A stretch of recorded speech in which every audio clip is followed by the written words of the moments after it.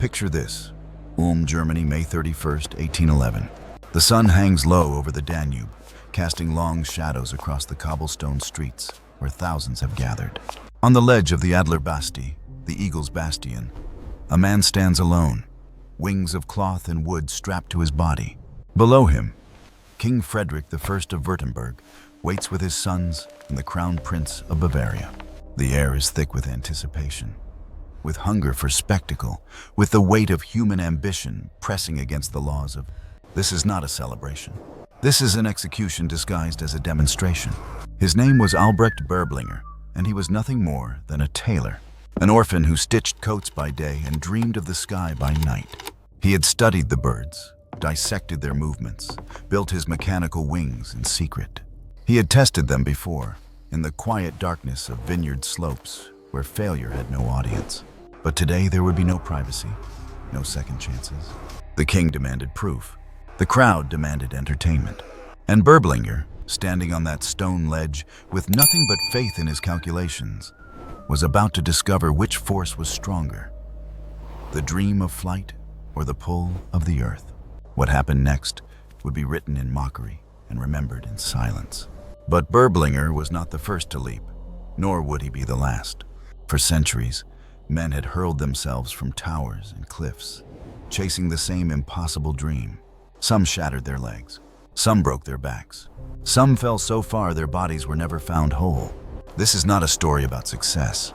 This is a story about the men who built wings from desperation and faith, who looked at the sky and refused to believe it was forbidden.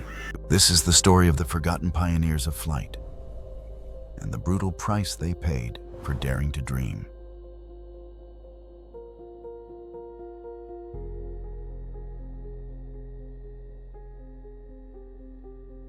The sun climbs over the jagged rooftops of the old imperial city, casting long shadows across the cobblestone streets that wind toward the river.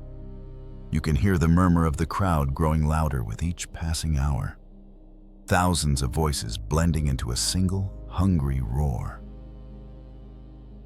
They have come from villages and farms, from distant towns and neighboring kingdoms, drawn by rumors of a spectacle that will defy the laws of God. And they press against the stone walls of the Adler Basti, the eagle's bastion, craning their necks toward the wooden scaffold that rises 20 meters above the cold waters of the Danube. At the top of that scaffold, alone against the sky, stands a man. His name is Albrecht Ludwig Berblinger, and he is 41 years old. He is not a scholar. He is not a nobleman. He is a tailor, a master craftsman who spent his life with needle and thread, mending the clothes of men far wealthier than himself. But strapped to his back and arms is something that no tailor has ever worn, something that he built in secret over years of mockery and doubt. It is a frame of wood and cloth, shaped like the wings of a bird, designed to catch the air and carry him across the river to the opposite bank. The crowd below cannot see his face from this distance, cannot see the sweat on his brow or the tremor in his hands. All they see is a silhouette against the morning light, a figure poised at the edge of impossibility. The air is wrong. Berblinger knows it the moment he steps onto the platform.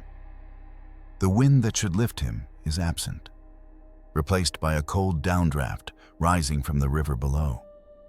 He has tested his wings before, in the quiet vineyards on the slopes of Mikkelsberg, where the thermal currents climb the hillsides and the only witnesses are the birds. There, his glider had worked. There, he had felt the pull of the air, the brief ecstasy of weightlessness. But this is not Mikkelsberg.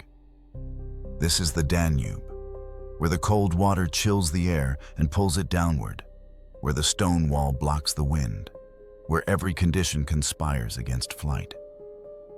He tries to delay. He claims his machine needs adjustment, that the wings have been damaged, that the time is not right. But the crowd does not care about wind currents or thermal lift. They care about entertainment. Below him, seated in a place of honor, is King Frederick I of Württemberg. The king had heard of Berblinger's experiments and offered financial support on one condition: a public demonstration. What was meant to be a test of has become a circus, a performance demanded by royalty and expected by thousands. The king sits flanked by his 3 sons and the Crown Prince of Bavaria, his patience wearing thin as the hours stretch on. Berblinger had wanted to jump from the roof of the Ulm Minster, the great cathedral that towers 100 meters above the city.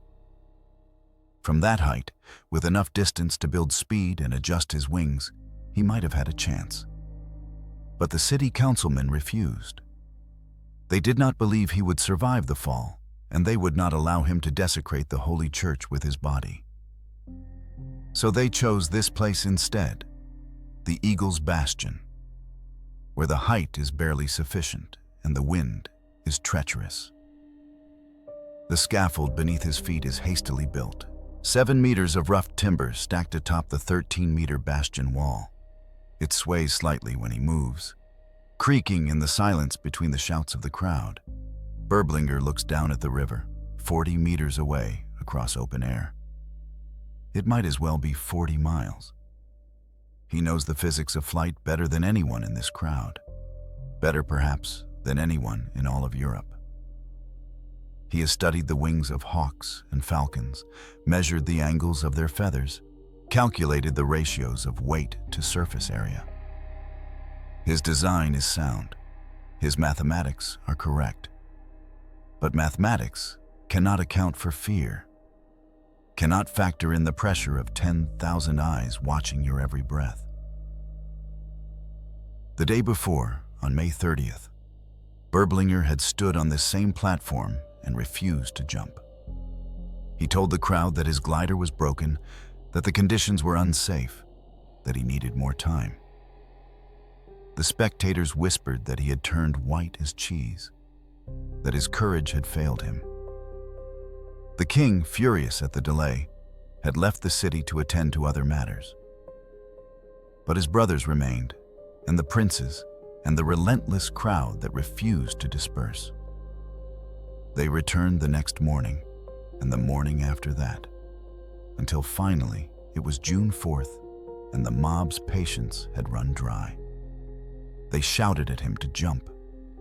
They called him a fraud and a coward. And when he still hesitated, when he stood frozen at the edge with his wings trembling in the wrong wind, a policeman climbed the scaffold and made the decision for him. The push was not violent. It did not need to be. Berblinger was already leaning forward, already committed in his mind, if not his body. The officer's hand against his back was simply the final word in a conversation that had been ongoing for days. And then he was falling. Not flying, falling.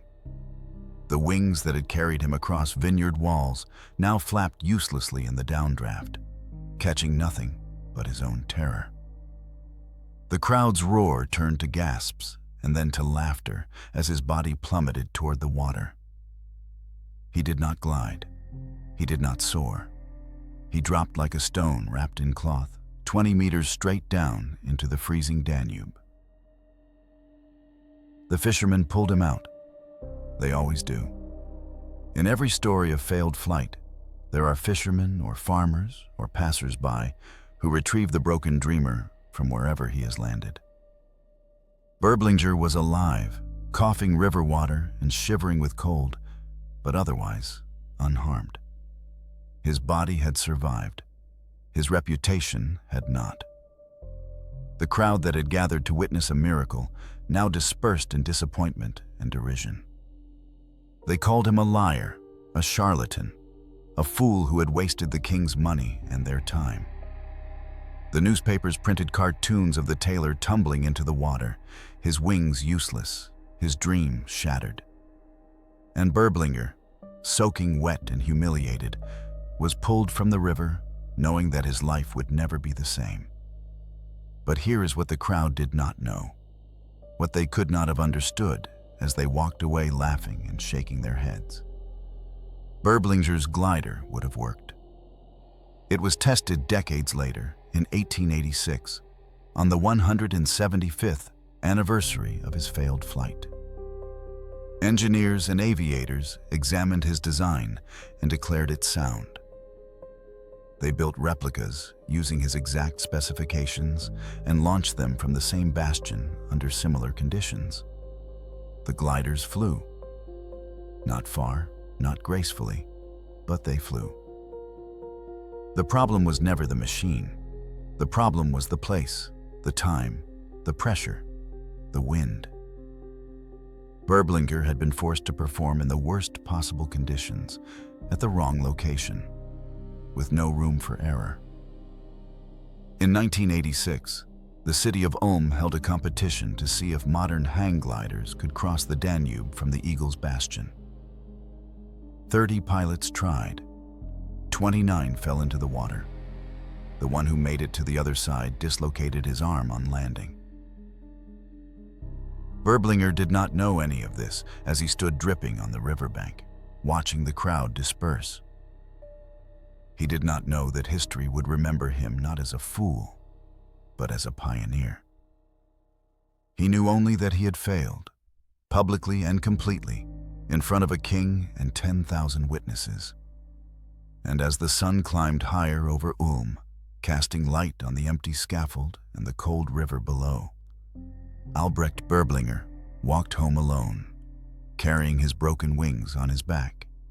The Eagle's Bastion stood silent behind him, indifferent to dreams, indifferent to failure, indifferent to the man who had dared to believe that the sky was not forbidden. To understand the man who fell, we must first understand the world that shaped him. Albrecht Ludwig Berblinger was born on June 13, 1770, in the free imperial city of Ulm, a place where the old order still ruled with iron certainty. It was a world of guilds and hierarchies, where your birth determined your destiny and dreams were luxuries reserved for those who could afford them. Berblinger could afford nothing. His father died when he was a boy, and his mother followed soon after, leaving him alone in a world that had no patience for orphans. The city sent him to the poorhouse. It was not a place of mercy or compassion. It was a warehouse for the unwanted, a stone building where the poor were kept out of sight and expected to earn their keep through labor. The children worked in workshops, learning trades that would make them useful to society, if not prosperous. Berblinger was assigned to a tailor. He learned to cut cloth and stitch seams, to measure bodies and mend tears. It was precise work, demanding work, but it was not the work of dreamers. The other boys accepted their lot, grateful for food and shelter. Berblinger accepted nothing. At night, when the workshops fell silent and the other orphans slept, he stayed awake. He sketched by candlelight, filling pages with drawings that had nothing to do with coats or trousers. He drew wings, birds in flight, their feathers spread wide against invisible currents, mechanical contraptions of wood and canvas designed to lift a man into the air. He studied the pigeons that nested in the eaves of the poorhouse, watched the way they tilted their wings to catch the wind, the way they folded their bodies to dive and unfold them to soar. The other boys thought he was mad. The masters thought he was wasting candles. But Berblinger did not care what they thought. He had discovered something more valuable than their approval. He had discovered obsession. He earned his freedom at age 22, completing his apprenticeship and becoming a master tailor in his own right. The guild granted him permission to open a shop in Ulm, a small room where he worked alone, taking commissions from merchants and minor nobility. He was good at his craft, meticulous and reliable. His stitches were invisible, his measurements perfect. But tailoring was never more than a means to an end. The money he earned from repairing coats went toward purchasing wood and canvas. The hours he spent measuring wealthy men were hours stolen from his true work.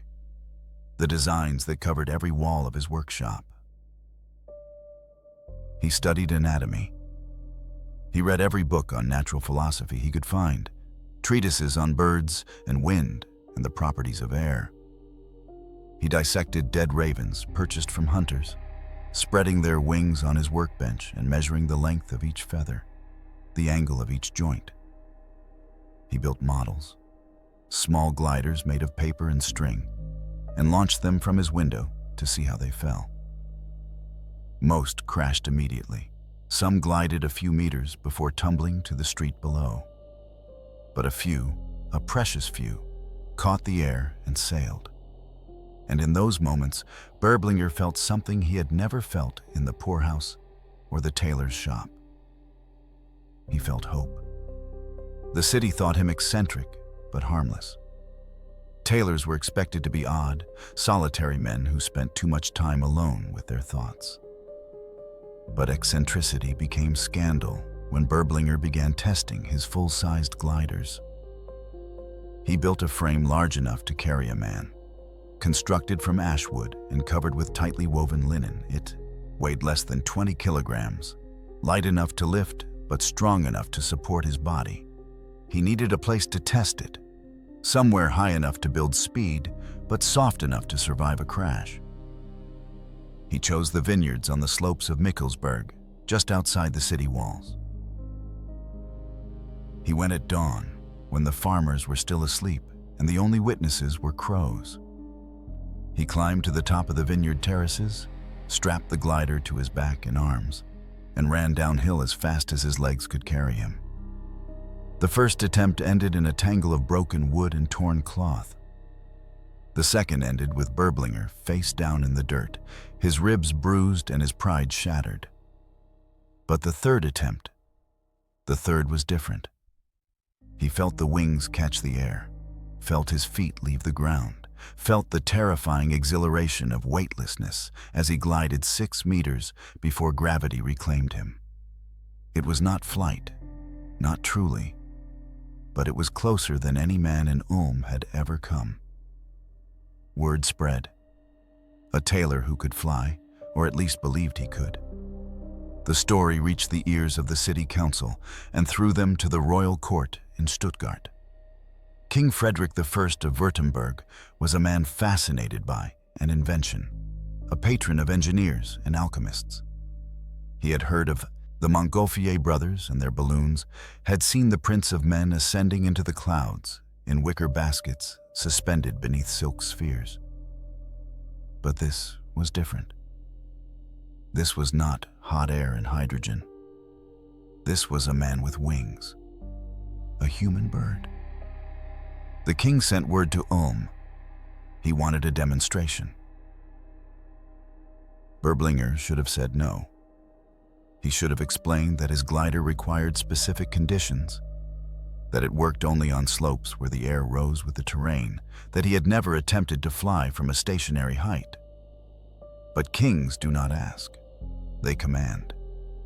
And Berblinger, who had spent his entire life being told what he could not do, saw in the king's interest a chance for validation. If he succeeded, he would no longer be a mad tailor. He would be an inventor, a pioneer, a man remembered by history. The king offered financial support. The city offered glory. And Berblinger, blinded by decades of poverty and ridicule, accepted. He moved his workshop to a larger space, using the king's money to purchase better materials. He reinforced his glider's frame with iron joints, replaced the linen with a tighter weave. He calculated the weight distribution, the angle of the wings, the optimal speed for launch. Everything was perfect on paper. But paper does not account for crowds, for the weight of expectation, for the cold downdraft that rises from a river, instead of the warm-up draft that climbs a hillside. Berblinger built his machine in isolation, tested it in secret, and prepared to reveal it to the world. He did not know that he was building his own coffin. The weeks before the demonstration were the happiest of his life. He was no longer invisible. The newspapers wrote about him, sometimes with mockery, but always with attention. The city spoke his name. Children followed him in the streets, asking to see his wings. He was 41 years old, an orphan who had survived the poorhouse and spent 2 decades stitching clothes for men who barely noticed he existed. And now, for the first time, the world was watching. He told himself that the flight would work. He told himself that the king would be impressed, that his name would be written alongside the great inventors of the age. He told himself these things because the alternative, the possibility of failure, was too terrible to consider. On the night before the demonstration, Berblinger could not sleep. He sat in his workshop, surrounded by sketches and calculations, running through the variables one final time. Wind speed, wing angle, launch height. Everything depended on factors he could not control. But he had come too far to turn back. The king was waiting. The crowd was gathering. And Albrecht Berblinger, the orphan who dreamed of wings, packed his glider and walked through the dark streets toward the Eagle's Bastion, where history and gravity were waiting to pass their judgment. The letter arrived in spring. It bore the royal seal of Württemberg, pressed into red wax that gleamed like blood in the morning light.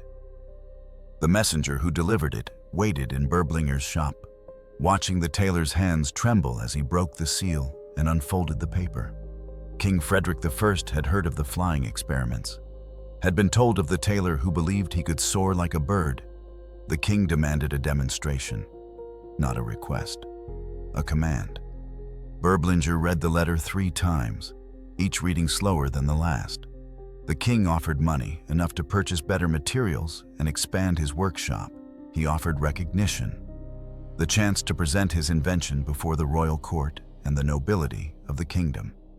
But beneath the generous words was an unmistakable threat. If Berblinger refused, he would be branded a fraud, a charlatan who invented impossible claims to deceive the gullible.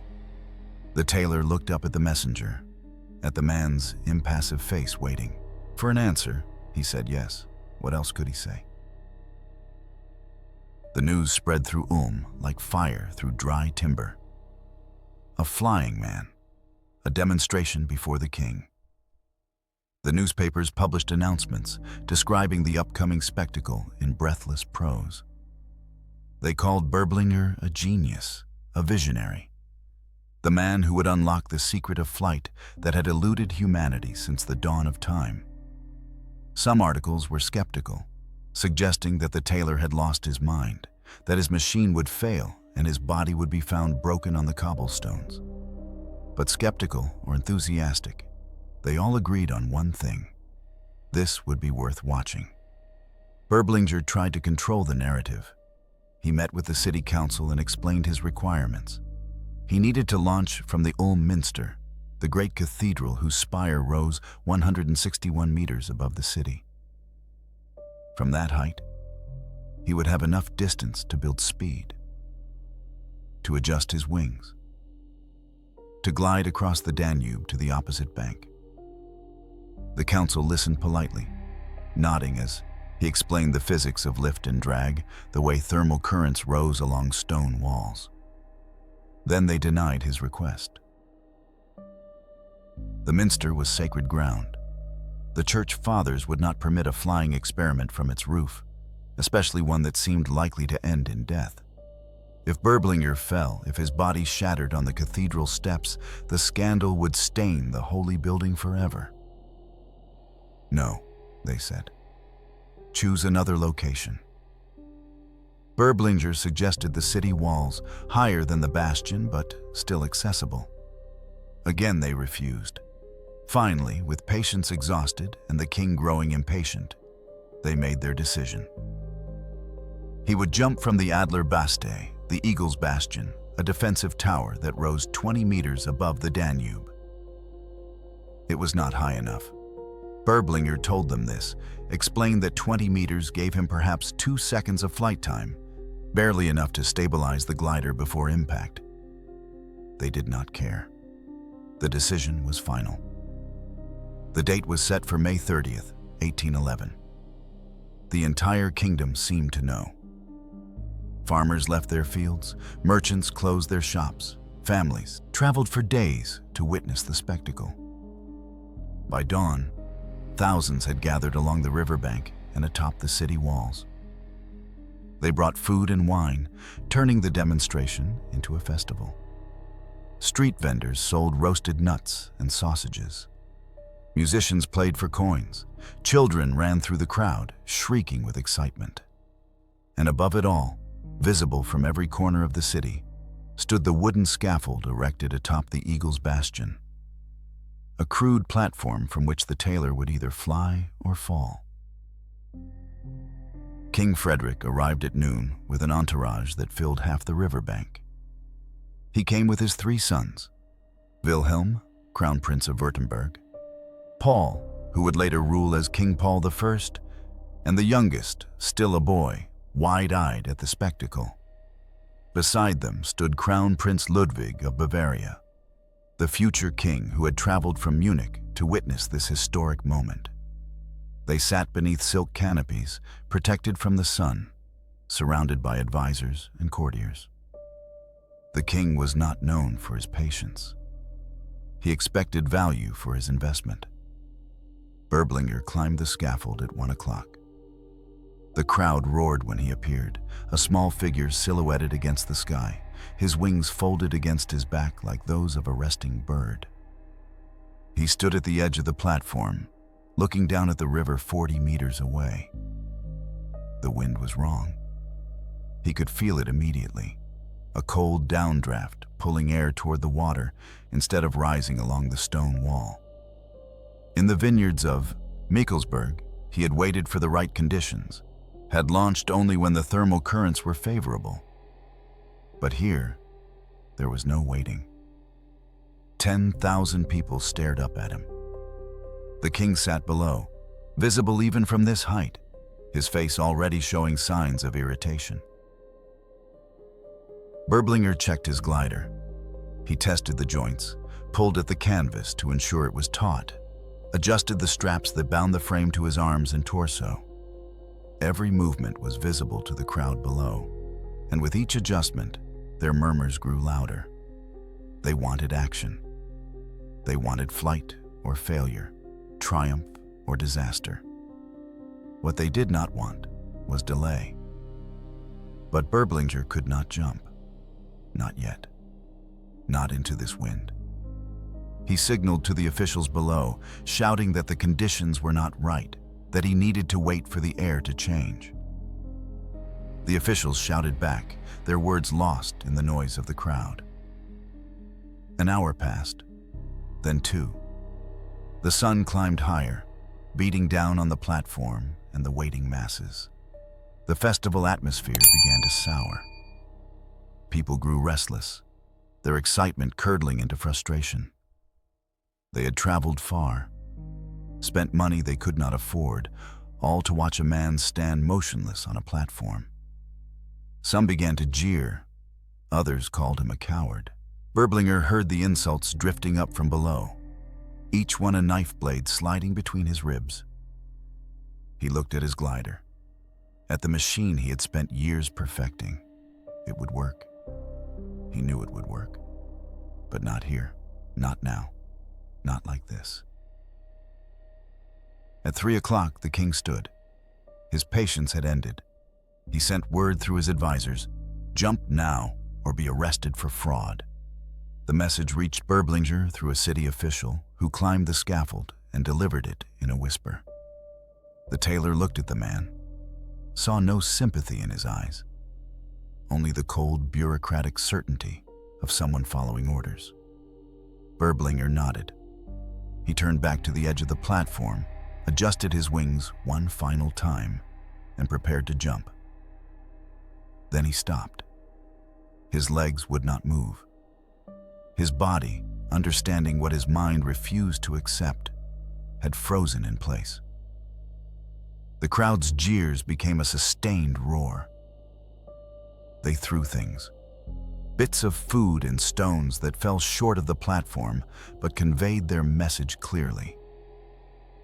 The king sat back down, his face dark with anger.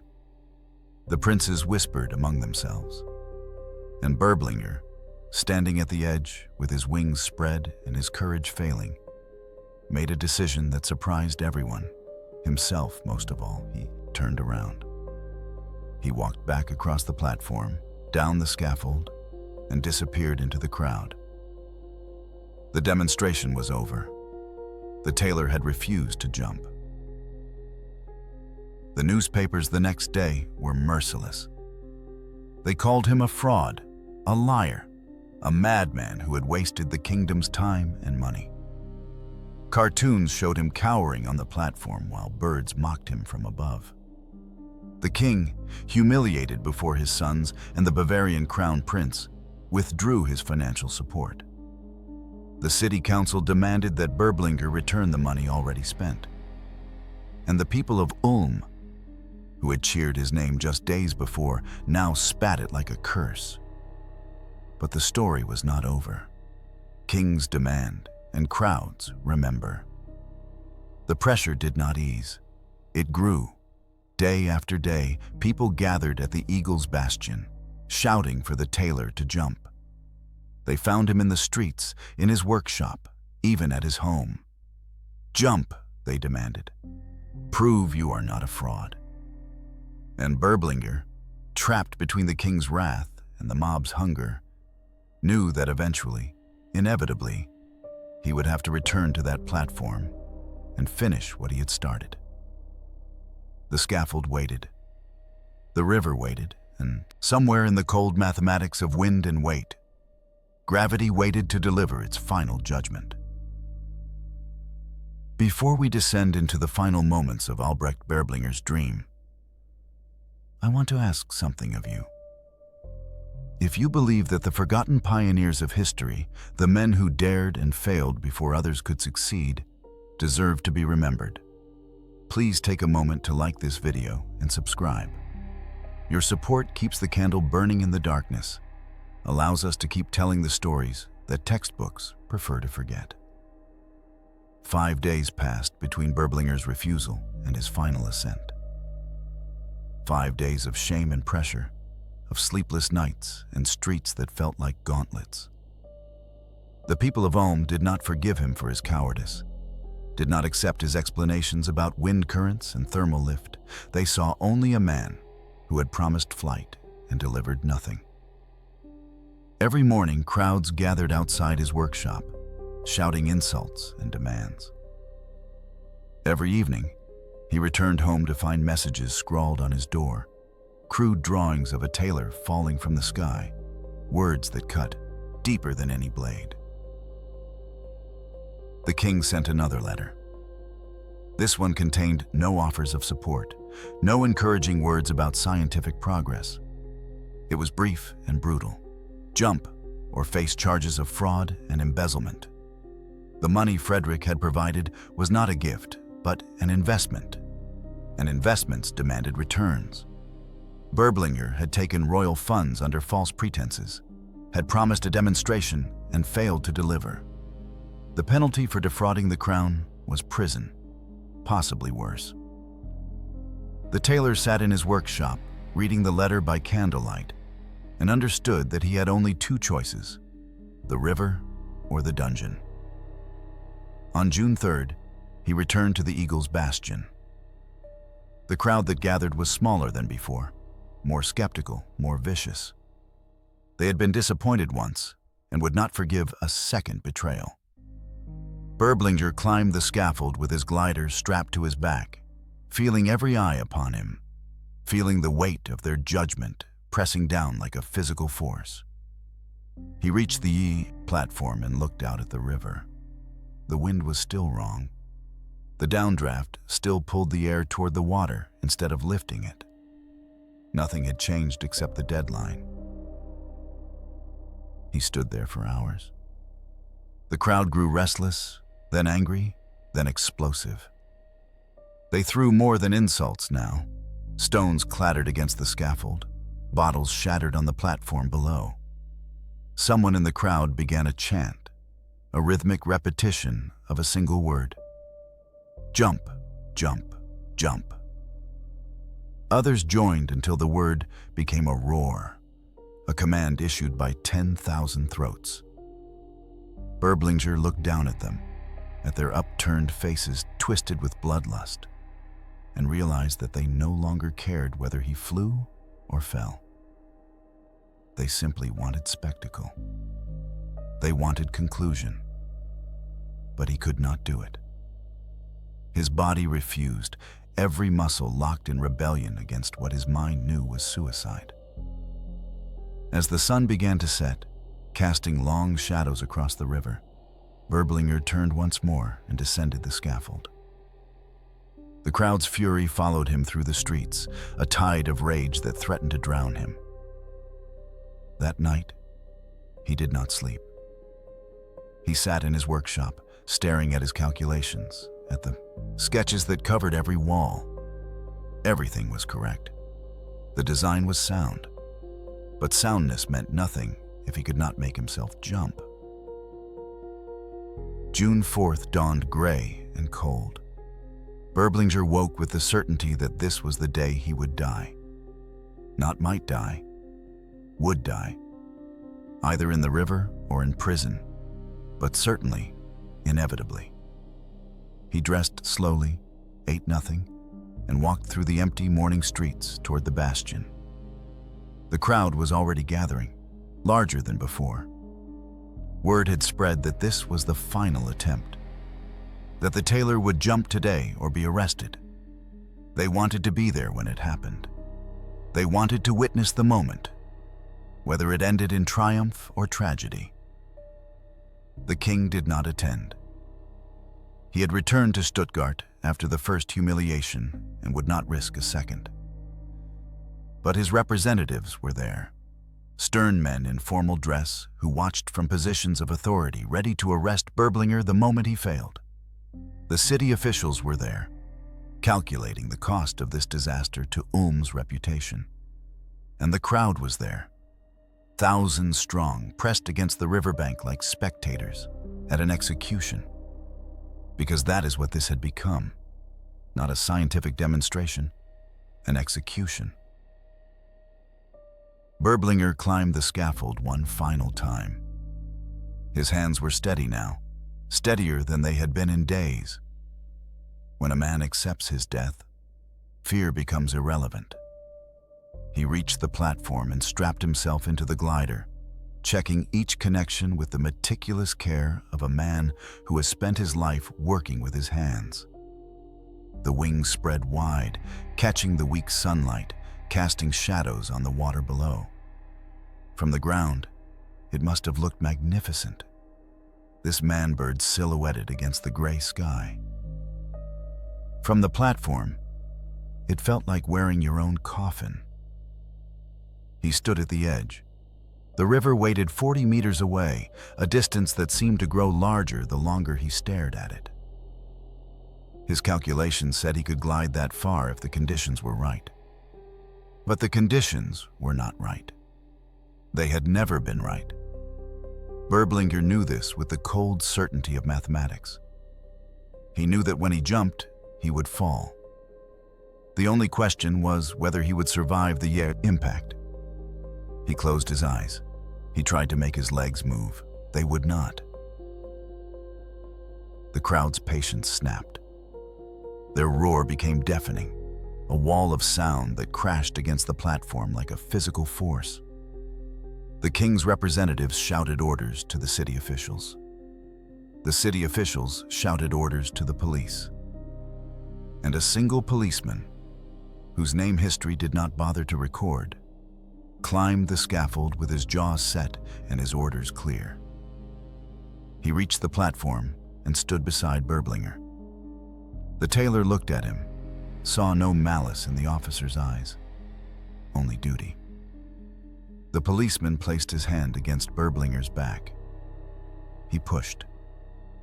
It was not a violent shove, just a firm, steady pressure, the kind you might use to help someone through a doorway. But it was enough. Berblinger's balance, already precarious at the edge, broke. He tipped forward, his wings spreading reflexively as his body left the platform. For a single heartbeat, he was airborne. For a single impossible moment, he was flying. Then gravity remembered him. The glider did not catch the air. It sliced through it, angling downward at a trajectory that no amount of wing adjustment could correct. Berblinger felt the wind rushing past his face, felt his stomach lurch as he dropped. He pulled at the control straps, trying to level the wings, but the downdraft from the river pushed against him, forcing the nose of the glider toward the water. He was not flying. He was falling with style, a distinction that meant nothing when the Danube rushed up to meet him. The impact drove the air from his lungs. The water was shockingly cold, cold enough to stop his heart for a fraction of a second before it remembered to beat. The glider, designed to catch air, now caught water, dragging him down beneath the surface. For a moment, he could not tell which way was up, could not separate the darkness of the river from the darkness behind his eyes. His lungs burned. His wings, his beautiful wings, had become anchors, pulling him toward the riverbed. Then hands grabbed him. Fishermen, always fishermen, dove from their boats and hauled him up. They cut the straps that bound the glider to his body, letting the frame sink into the Danube while they pulled the Tailor to the surface. Berblinger broke through gasping, choking, coughing water and bile. They dragged him to the riverbank and laid him on the stones. He was alive, bruised, freezing, humiliated beyond measure, but alive. The crowd's reaction was immediate and unmistakable. They laughed. Not nervous laughter, not relief that he had survived, but genuine, cruel amusement. They had come to see a spectacle and received one. The Tailor had not flown. He had plummeted like a stone, crashed into the river, and had to be fished out like a drowning cat. It was absurd. It was hilarious. It was exactly what they had hoped for. Someone started applauding, slow, mocking claps that others joined until the riverbank echoed with sarcastic appreciation. Berblinger lay on the stones, water streaming from his clothes, and listened to them laugh. He had risked everything for this moment, had spent years building his machine, had stood before kings and crowds, and this was his reward. Mockery. The newspapers would print cartoons. The children would sing songs about the Tailor who could not fly. His name would become a joke, a cautionary tale told to dreamers who reached too high. He closed his eyes and wished the river had kept him. Albrecht Berblinger was not the first man to fall from the sky. He was simply the first to fall before a king. The first whose failure was recorded in newspapers and mocked in cartoons. But before him, stretching back through centuries of darkness and faith, there were others. Men who strapped wings to their bodies and hurled themselves from towers, who died in fields and rivers and on cobblestones, whose names were forgotten the moment their bones stopped breaking. This is their story. The oldest recorded attempt belongs to a monk. His name was Aylmer, and he lived in Malmesbury, England, in the year 1003. He was a scholar of astronomy and mathematics, a man who studied the stars and believed he could join them. The chronicles tell us that he built wings from feathers and wood, that he climbed to the top of Malmesbury Abbey, a tower that rose 30 meters above the town. From that height, with the wind in his face and God as his witness, he jumped. He flew. The accounts are clear on this point, written by monks who witnessed the event. Aylmer did not simply fall. He glided more than 200 meters before his wings failed and he crashed to the earth.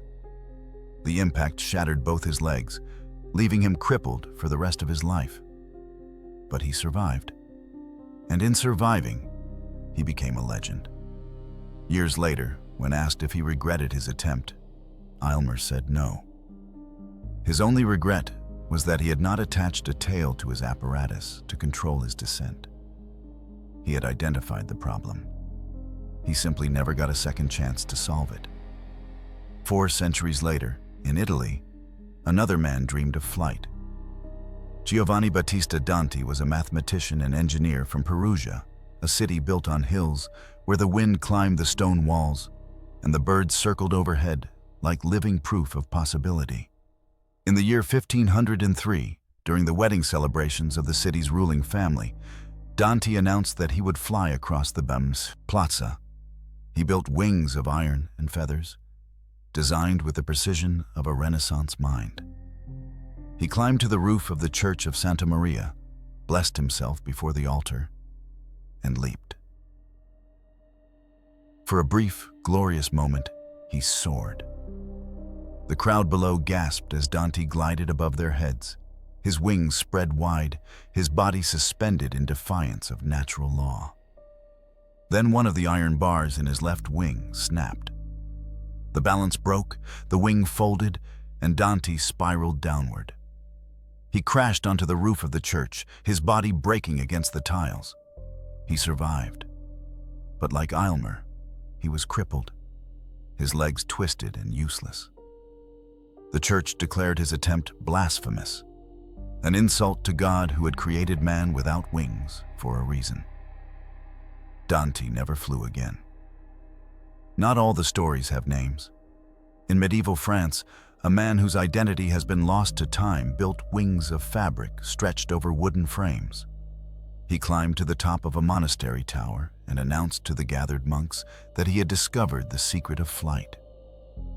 They begged him not to jump, warned him that pride was a sin and that his contraption would fail. He ignored them. He leaped from the tower, wings spread, and for 3 seconds he was airborne. Then he was not.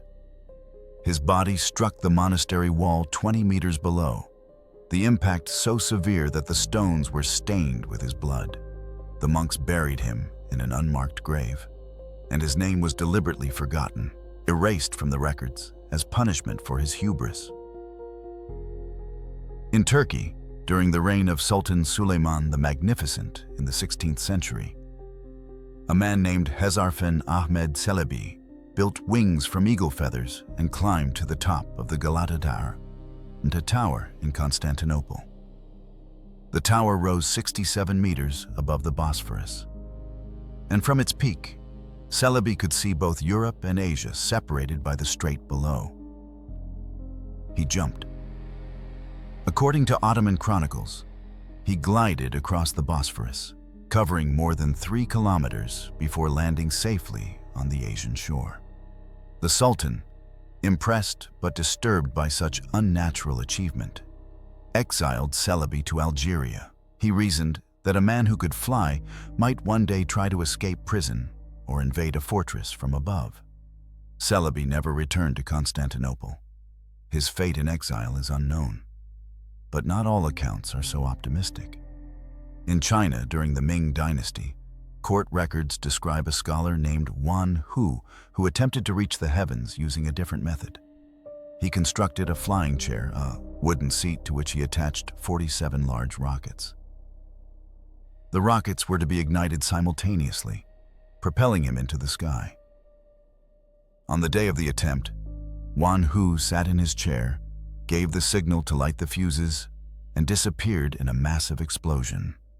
When the smoke cleared, neither Wan Hu nor his chair could be found. Some believed he had succeeded, that he had ascended to the heavens and become immortal. More likely, he had been vaporized, his body scattered across the courtyard in pieces too small to identify. Closer to Berblinger's time, in 1772, a French locksmith named Bastion built a flying apparatus consisting of 4 paddles attached to his arms and legs. He tested it by jumping from the roof of his house in Sablé-sur-Sarthe. Witnesses reported that he glided a short distance before crashing into a neighbor's yard. He survived with minor injuries and attempted to commercialize his invention, traveling to fairs and demonstrations. But public interest waned when subsequent attempts resulted in crashes and broken bones. Bastion eventually abandoned his flying machine and returned to locksmithing, his dream of flight reduced to a footnote in obscure histories. These men, scattered across continents and centuries, shared a single obsession. They looked at birds and refused to accept that flight was impossible for humans. They studied wing shapes and air currents, built machines from whatever materials they could afford, and hurled themselves into the void. Most failed immediately. A few glided briefly before crashing. None achieved sustained, controlled flight. But their failures were not meaningless. Each broken body taught a lesson.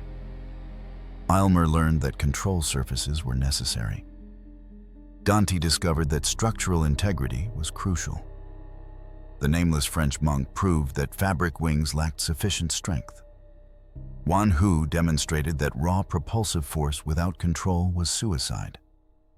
These were lessons written in blood and bone, knowledge purchased at the cost of shattered limbs and early graves.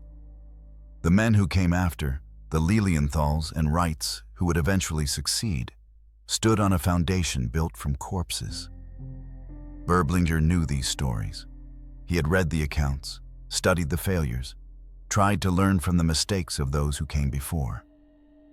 He believed his design was different, that his understanding of aerodynamics was more sophisticated than that of medieval monks and Renaissance mathematicians. He was correct. His glider was better designed than anything that had come before. But better is not the same as good enough, and understanding is not the same as success. The sky keeps no record of attempts, only of achievements. It does not remember the men who fell, does not commemorate their courage or their calculations. It remembers only those who flew and lived to fly again. But we should remember the others. We should remember Aylmer lying in the grass with his legs twisted beneath him, still insisting that a tail would have made the difference.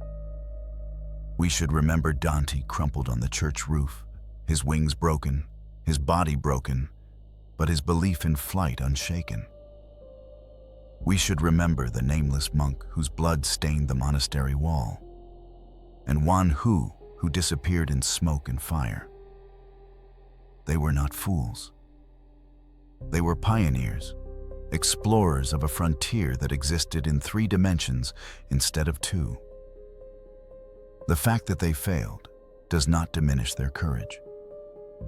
The fact that they died does not invalidate their dreams. They looked at the impossible and said, "Not yet."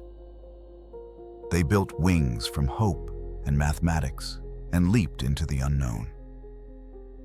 And when they fell, when their bodies struck the earth with fatal certainty, they proved nothing except that the dream was real enough to die for. That has to count for something. That has to mean they were not forgotten in vain. Why do we fly? Not the practical answer, not the engineering specifications or the physics of lift and drag. Why do humans, creatures born to walk on solid ground, look at the sky and feel such desperate, aching need? The answer is not in our bodies. It is in our souls. Flight is rebellion. It is the refusal to accept the limitations imposed by birth, by gravity, by the fundamental laws that govern how flesh and bone interact with the world. When a man straps wings to his body and hurls himself from a tower, he is not simply testing a machine. He is declaring war against itself, against the forces that pin us to the earth and remind us constantly of our mortality. Every creature is born into a prison. Fish are trapped in water, worms in soil, and humans are chained to the ground, forced to watch birds soar overhead while we crawl below. The ancient Greeks understood this. They told the story of Daedalus and his son Icarus, the inventor and the boy who flew too close to the sun. We remember Icarus for his fall, for his hubris and his death. But we forget what came before the fall. We forget that Icarus flew. For however brief a time, he escaped the labyrinth, rose above the sea, and knew what it meant to be free. The wax melted, the feathers scattered, and his body crashed into the waves. But before that moment, before gravity reclaimed him, he was more than human. He was transcendent. That is what flight represents. Not transportation, not convenience. Transcendence. The ability to exist in a space where normal rules do not apply, where the ground cannot hold you, and the horizon is not a boundary, but an invitation. It is the closest thing we have to magic, to defying the fundamental of reality. When Aylmer jumped from Malmesbury Abbey, when Dante leaped from the church roof, when Berblinger stood on the eagles, Bastion with wings strapped to his back, they were not scientists conducting experiments. They were mystics attempting to breach the barrier between earth and heaven. Religion has always understood this connection. Angels have wings. Demons have wings. Gods descend from the sky, and prophets ascend to it. Heaven is not underground or across the sea. It is above, always above, in a realm that requires flight to reach. When medieval monks attempted to build flying machines, the church condemned them not for engineering failures, but for spiritual transgression. They were trying to enter a space reserved for divine beings, attempting to cross a boundary that God Himself had established.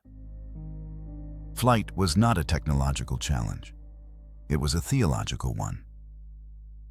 But the obsession predates Christianity, predates all organized religion. Cave paintings from 30,000 years ago show figures with wings, humans transformed into birds. Ancient Egyptian priests wore feathered robes and performed rituals designed to help the dead fly to the afterlife. The Aztecs worshipped Quetzalcoatl, the feathered serpent who moved between earth and sky. Every culture, on every continent, has myths about flight, about humans who grew wings or built machines or transformed into birds. The dream is universal because the prison is universal. We are all trapped by gravity, and we all long to escape. The Renaissance brought new language to the old obsession. Men like Leonardo da Vinci studied bird anatomy with scientific precision, drawing detailed sketches of wing structures and calculating the ratios of feather length to body weight. Leonardo filled notebooks with flying machine designs, ornithopters with flapping wings, and helicopters with rotating blades. He never built them, never tested them. Perhaps he knew they would fail, or perhaps he understood that the drawings themselves were the point, that the act of imagining flight was its own form of transcendence. Leonardo wrote in his notebooks that once you have tasted flight, you will forever walk the earth with your eyes turned skyward.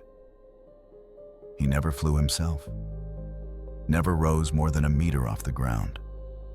Yet he understood the hunger, the way the dream of flight consumes everything else, turning solid ground into a Bastion cage and every bird into a reminder of what you lack. The men who actually jumped, who broke their bodies, attempting what Leonardo only drew, were acting on that hunger. They could not live with eyes turned skyward. They had to rise or die trying.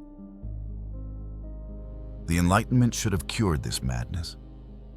The age of reason, of scientific method and empirical observation, should have taught us to abandon impossible dreams in favor of achievable goals. Instead, it gave us the Montgolfier brothers and their balloons. Massive silk envelopes filled with hot air that lifted humans into the sky for the first time in history. In 1783, two men ascended above Paris, floating on nothing but heated atmosphere, and the world watched in awe. But balloons were not flying. They were floating, drifting on air currents with no control over direction or speed. They proved that humans could leave the ground, but not that we could conquer the sky. That would require something more.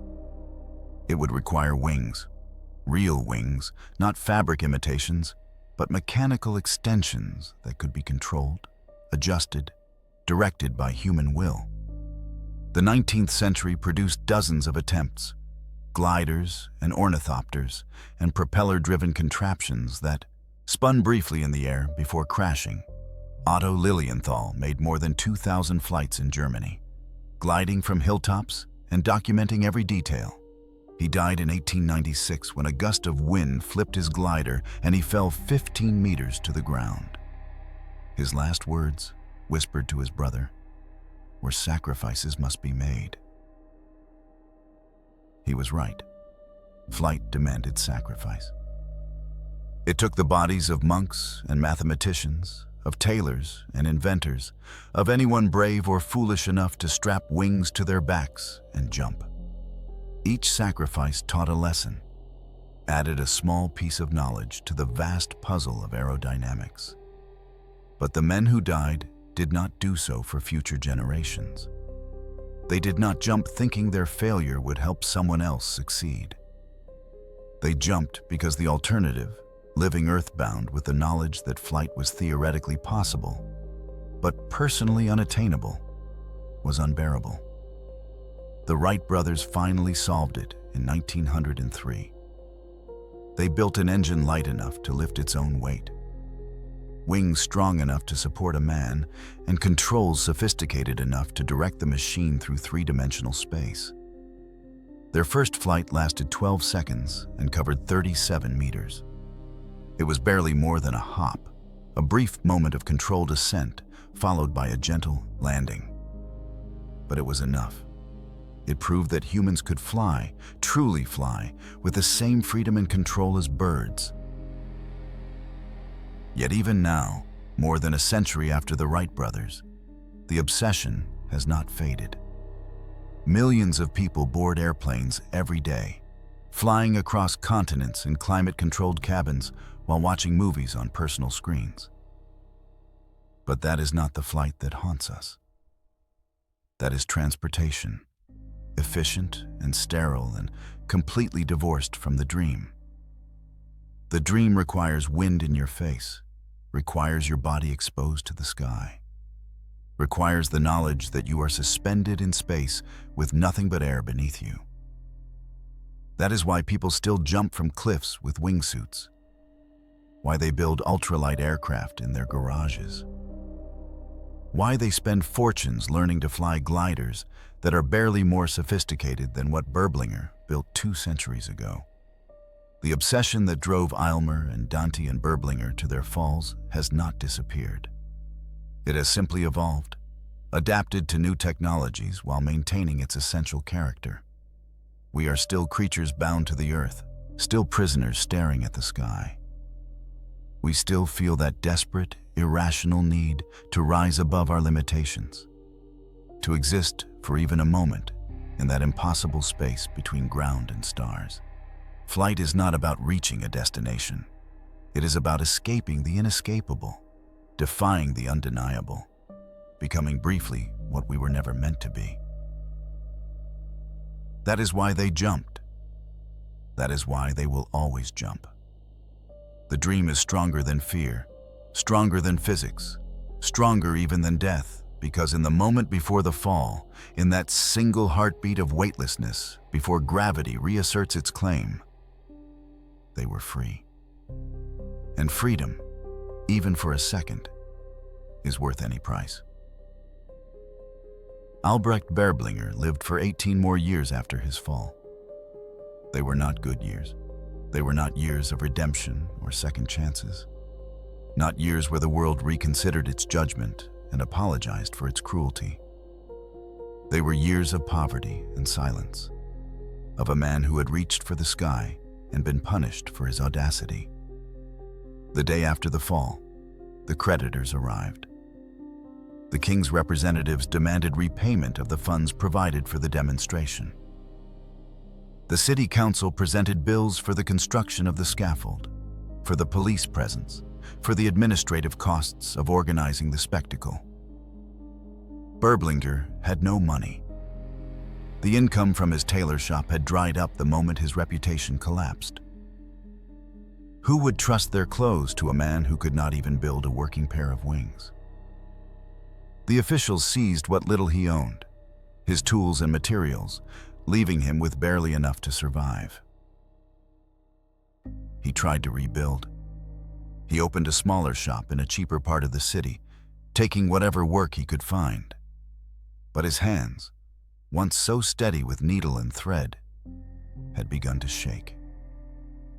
Whether from age or trauma or the memory of falling, he could no longer produce the precise, invisible stitches that had made his reputation. His seams were crooked, his measurements inaccurate. Customers complained, demanded refunds, took their business elsewhere. Within a year, Berblinger was destitute. The newspapers, which had once celebrated him as a visionary, now printed occasional updates about his decline. They described him wandering the streets of Ulm, muttering to himself about wind currents and wing angles. They reported that he had become a figure of mockery, that children followed him shouting, "Tailor, fly for us," and adults crossed the street to avoid him. Some articles suggested he had gone mad, that the shame of public failure had broken something essential in his mind. Others simply forgot he existed, moving on to newer scandals and more interesting failures. Berblinger never stopped believing. This is important to understand. He did not accept that his glider was flawed, did not concede that the dream was impossible.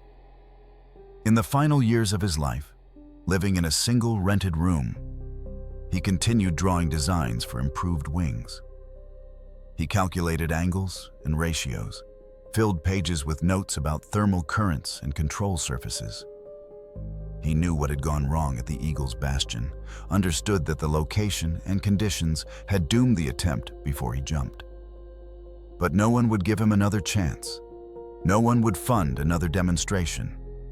He was the tailor who fell, and that was all he would ever be. He died on January 28, 1829. The cause was listed as general weakness and poverty, medical language for a body that had simply given up. He was 58 years old, alone, forgotten by everyone except his creditors.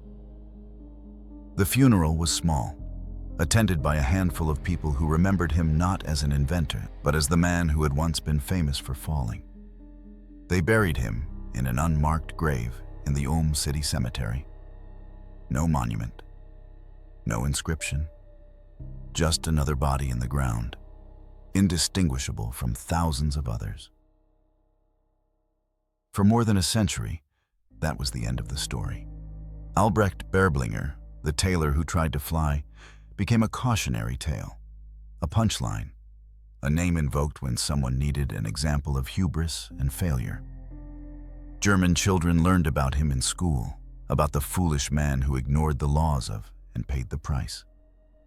The Eagle's Bastion still stood on the banks of the Danube, but the scaffold was long gone, the site of his fall marked by nothing except the cold river water below. Then history reconsidered. In 1886, 57 years after Berblinger's death, a group of engineers in Ulm decided to examine his glider design. They studied his original drawings, preserved in city archives, and built a replica using his exact specifications. They chose a calm day with favorable winds, launched the glider from a hillside with the proper thermal conditions, and watched it fly. Not far, perhaps 30 meters. But it flew. The design was sound. Berblinger had been right. The revelation came too late to help the man himself. But it changed how history remembered him. Newspaper articles that had once mocked him now reconsidered their judgments. Aviation historians began including him in their accounts of early flight pioneers, placing his name alongside Aylmer and Lilienthal and the Wright brothers. He had not succeeded, but his failure was recognized as progress, as another step toward the eventual conquest of the sky. In 1961, the city of Ulm commissioned a statue. It stands in the Stadtgarten, a bronze figure of Berblinger with wings spread, frozen at the moment before flight. The inscription reads not of his fall, but of his courage, describing him as a pioneer who dared to dream. Every year on June 4th, the anniversary of his failed demonstration, aviation enthusiasts gather at the Eagle's Bastion and launch model gliders into the air above the Danube. Some reach the opposite bank. Most fall into the water. But they try, again and again, honoring the memory of the man who tried first. In 1986, the city held a competition. Modern hang glider pilots, using equipment developed over a century of aviation progress, were challenged to do what Berblinger could not: launch from the Eagle's Bastion and glide across the Danube to the opposite shore. 30 pilots attempted it. 29 fell into the water, just as Berblinger had. The one who succeeded dislocated his arm on landing. Even with modern materials and sophisticated designs, the location Berblinger was forced to use proved nearly impossible. He had been set up to fail, forced to perform under conditions that would challenge even experienced pilots with superior equipment. This is Berblinger's legacy. Not success, but the attempt. Not victory, but the courage to leap when every rational instinct screamed to stay grounded. He died poor and mocked, believing himself a failure. But time proved him correct. His mathematics were sound, his design viable. The only things wrong were the circumstances imposed upon him by a king who demanded spectacle and a crowd that demanded blood. We live in an age where failure has been sanitized, turned into motivational slogans and corporate buzzwords. Fail fast, they say. Embrace failure. As if failure were a choice, a learning opportunity, something you can walk away from unscathed. But Berblinger's failure was not like that. It destroyed his reputation, his livelihood, his life. It left him broken and destitute, dying alone in a rented room while the city that once celebrated him pretended he did not exist. Yet even that catastrophic failure, that complete and total collapse, eventually became something else. It became proof of concept. It became foundation. It became the bones upon which future success was built. The question that haunts us is not whether Berblinger succeeded. We know he did not. The question is whether his failure was noble or foolish, whether we should remember him as a hero or a cautionary tale. The answer, perhaps, is both. He was a man who believed in the impossible and paid the full price for that belief. He was right and destroyed for being right. He was validated and never knew it. His story contains no redemption, no moment where the hero rises and proves his doubters wrong. Just a man, a river, and 18 years of slow decline toward an unmarked grave. But here we are, nearly 200 years later, still telling his story. The king who commanded his demonstration is remembered primarily for demanding that demonstration. The crowd that mocked him is forgotten.